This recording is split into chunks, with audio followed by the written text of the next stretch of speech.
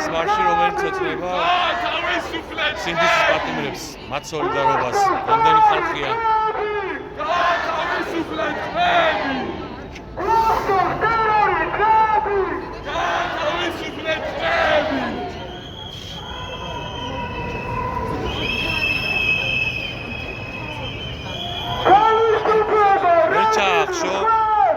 ხოცბანდამ ხალხის პროტესტი ვერ მოახერხა ის, რომ ხალხის ნაკადი შეწყვეტილიყო და აღარ გაეპროტესტებინათ ქართველებს ამ რუსული ბანდის ტერორი საქართველოში და ბოგინი, ხო? სინდისის პატიმრები ვერ გატეხეს. ეხვეწებიან ამდენი ხანია, აღიარონ დანაშაული და გამოუშვებენ. არ აღიარებენ დანაშაულს, რაც არ ჩაუდენიათ ამ გმირ ბიჭებს. არ აღიარებენ იმას.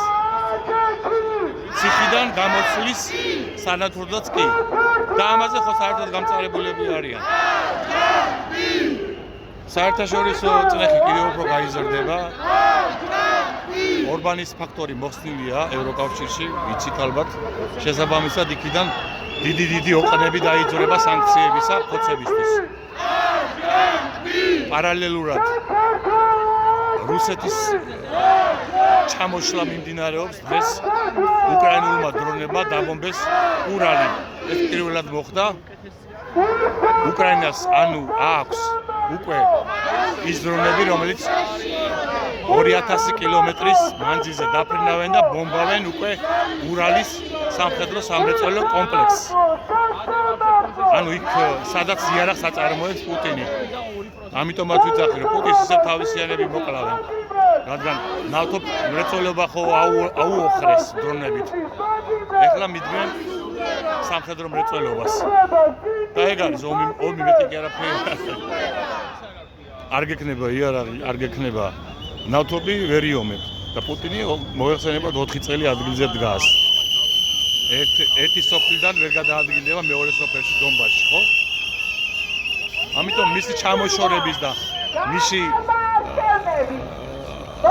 საფერფლით თავში ჩარტყმით მოკლა ძალიან რეალისტური არის. პარალელურად ეკონომიკური ვითარება ისეთი მძიმეა, რომ უკვე კომუნისტთა პარტიის ლიდერი ზუგანოვიცკი გახივის სახელმწიფო სათათბიროს ტრიბუნიდან, რომ თუ ეკონომიკური ვითარება არ გამოასწორეთ შემოდგომაზე 1917 წელი დაგვიდგებაო, ანუ რევოლუცია. ბუნტი. ძალიან კარგი. ბუნტი უნდა მაგათ ზუსტად.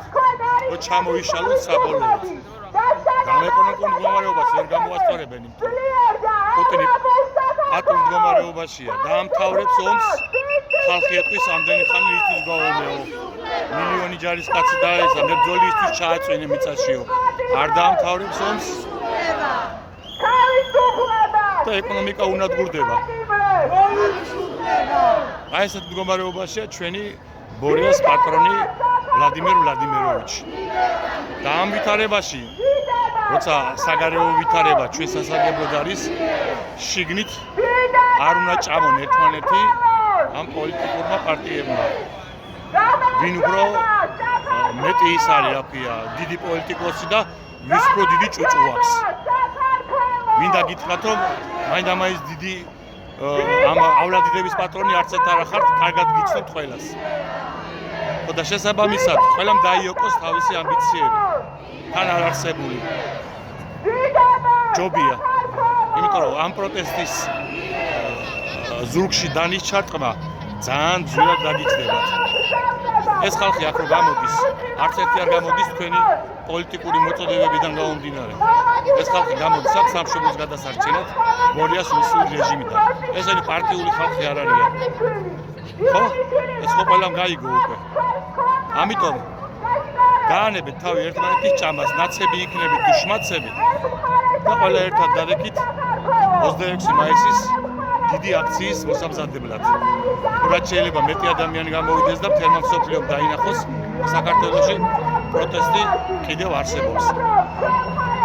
რომ უფრო მეტი და მეტი დახმარება წამოვიდეს და თანადგომა ჩვენსკენ. აი ამის თქმა მინდოდა. ვარავდეთ უფალი. დღეს პატრიარქის 40-ში იყო და აქედან გამომდინარე დაფნაბები და დოლები აღარ გამოიტანეს პატივის წესამით პატრიარქის ხსოვნას. ჩვენი ბრძოლა უნდა გაგრძელდეს კიდევ და კიდევ მეტი აღმავალი ხაზით. იმიტომ ჩვენ სამშობლოს დავკარგავთ თუ ქართულ ოცნებას დავტოვებთ ხელისუფლებაში. ეს არის ჩვენი შვილების ღალატი იქნება ეს. მათი მომავალი არ უნდა გავყიდოთ და არ უნდა დავიბანოთ ხელი სამშობლოს თავისუფლებაზე. აი ეს არის სული. ბრძოლა და ბრძოლა. გაიხარეთ. გააცელეთ ეს ვიდეო ბევრმა ადამიანმა ნახოს.